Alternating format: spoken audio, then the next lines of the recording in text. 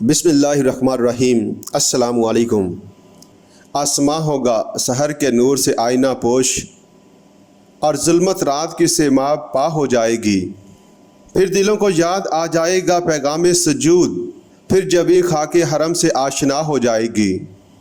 آنکھ جو کچھ دیکھتی ہے لب پہ آ سکتا نہیں، محو حیرت ہوں کہ دنیا کیا سے کیا ہو جائے گی۔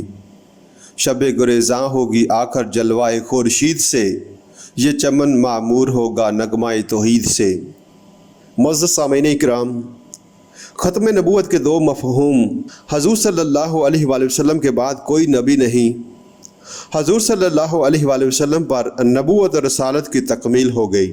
تکمیل نبوت کے دو مظہر، ہدایت خداوندی قرآن مجید میں مکمل ہو گئی اور اسے محفوظ کر دیا گیا، دین حق کامل کر دیا گیا اسلام کی شکل میں۔ الیوم اکملت لکم دینکم۔ تکمیل رسالت کے دو مظہر، حضور صلی اللہ علیہ وآلہ وسلم نے دین کو قائم کر کے دکھا دیا۔ وہ صرف نظری بات نہیں تھی، صرف کتاب میں لکھی ہوئی شے نہیں تھی، بلکہ عملی نمونہ پیش کیا، حجت قائم کی۔ حضور صلی اللہ علیہ وآلہ وسلم کی رسالت تمام دنیا کے لیے ہے۔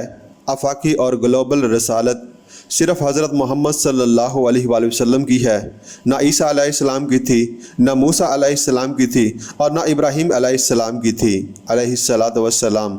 لیکن اس آخری بات کے کچھ عملی تقاضے ہیں۔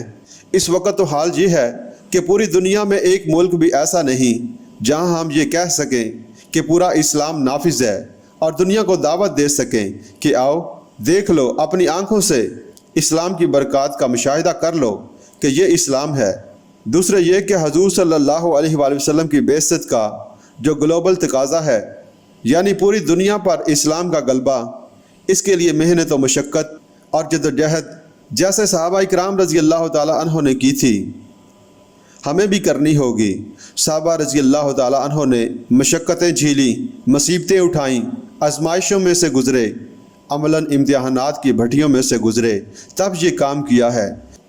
علامہ اقبال نے جواب شکوہ میں بڑی پیاری بات لکھی: وقت فرصت ہے کہاں، کام ابھی باقی ہے، نور توحید کا اتمام ابھی باقی ہے، اسی کے لیے ہمیں اپنے آپ کو تیار کرنا ہے۔